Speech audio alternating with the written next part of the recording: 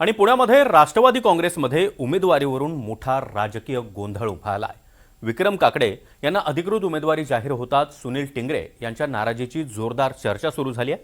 दोघांनीही अर्ज केल्यामुळे पक्षाची अंतर्गत लढाई आता उघडपणे समोर आली आहे। नेमकं काय घडलंय पुण्यात पाहूयात या विशेष रिपोर्टमधून।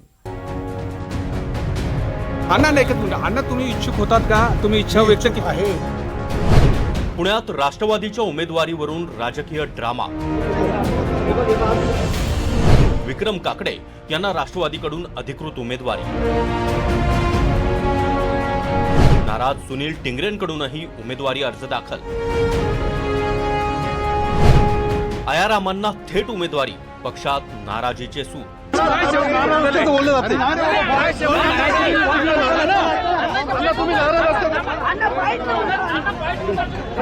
पक्षश्रेष्ठी जो निर्णय देतील त्याचा फॉर्म फायनल होईल। अधिकृत उमेदवार विक्रम काकडे हेच आहेत आणि सबस्टिट्यूट कॅन्डिडेट हे सुनील टिंगरे आहेत। मी कुठं कमी पडलो हे मी नक्कीचपणे पक्षाला विचारणार आहे। अण्णा एकच मिनिट, अण्णा तुम्ही इच्छुक होतात का? तुम्ही इच्छा व्यक्त केली आहे आणि अजून पुढची तयारी करायला चालू आहे। ओके, ठीक आहे। यस।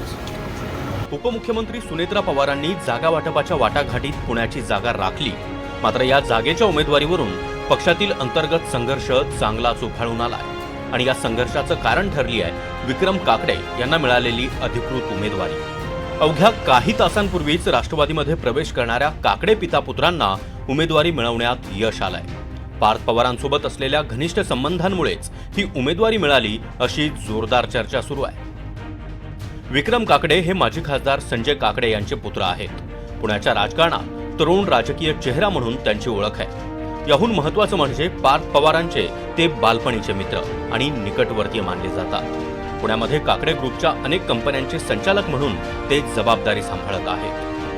पक्षश्रेष्ठी जो निर्णय देतील त्याचा फॉर्म फायनल होईल। कोणीही नाराजी नाहीये आणि जो तो आपापल्या पक्षाच्या अध्यक्षांनी जो निर्णय घेतील तो सगळ्यांना फायनल।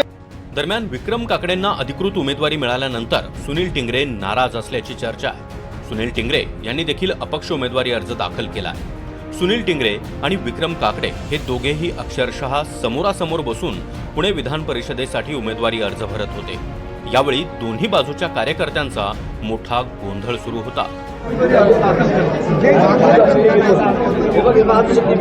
अर्ज दाखल केल्यानंतर त्यांनी कार्यालयाच्या मागच्या दारातून काढता पाय घेतला। यावेळी त्यांनी माध्यमांसमोर बोलणं टाळल्यामुळे नाराजीची चर्चा अधिकच गडद झाली।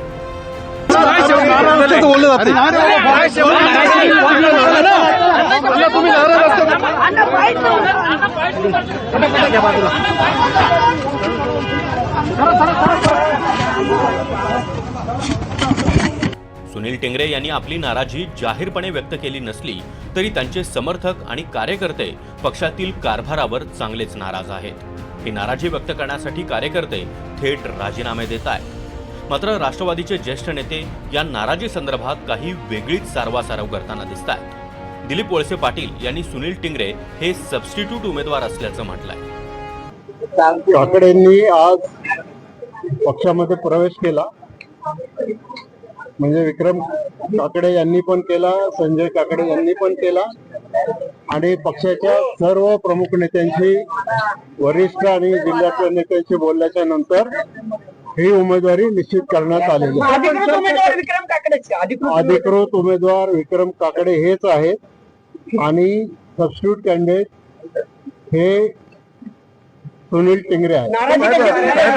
युवक म्हणून मी नक्कीच सगळ्यांबरोबर त्यांच्या दुःखात सहभागी राहतो।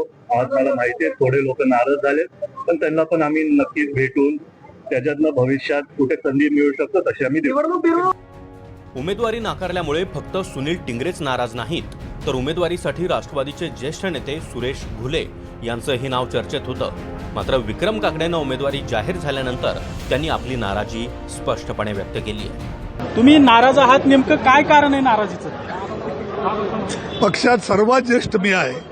जेवढ्या सगळ्या उमेदवारांनी फॉर्म भरला होता त्या सगळ्यांनी वहिनींसमोर सांगितलं होतं की सगळ्यात ज्येष्ठ सुरेश घुले आहे। मी गेली 40 वर्ष काम करतोय। पक्षाचा 8 वर्ष जिल्हाध्यक्ष होतो, युथ काँग्रेसचा 10 वर्ष अध्यक्ष होतो। 12 वर्ष गेली प्रदेश उपाध्यक्ष आहे, साखर कारखान्याचा चेअरमन होतो, मार्केट कमिटीचा 2 वेळा चेअरमन होतो, गेली 20 वर्ष जिल्हा बँकेवर संचालक म्हणून काम करतो. खरा क्लेम माझा होता, पण ठीक आहे, पक्षाने मला डावललं असलं आयराम व्यक्तीला संधी दिली गेली आणि नाही. निष्ठावंतांवर अन्याय झाला मी असं म्हणणार नाही. मी कुठं कमी पडलो हे मी नक्कीचपणे पक्षाला विचारणार आहे.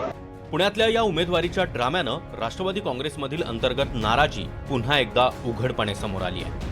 सुनेत्रा पवार आणि पार्थ पवार यांच्या या एका निर्णयामुळे पक्षातील समतोल बिघडण्याचे चिन्ह दिसत आहेत. आता ही नाराजी पक्ष नेतृत्व नेमकी कशी दूर करणार आणि बंडाळी टाळण्यासाठी कोणती पावलं उचलली जाणार याकडे सर्वांचंच लक्ष लागलंय. अजिंक्य थायगुडे, NDTV मराठी, पुणे. अण्णा एकच मिनिट, अण्णा तुम्ही इच्छुक होतात का? तुम्ही इच्छा व्यक्त केली आहे आणि हा. अजून पुढची तयारी करायला मी चाललोय.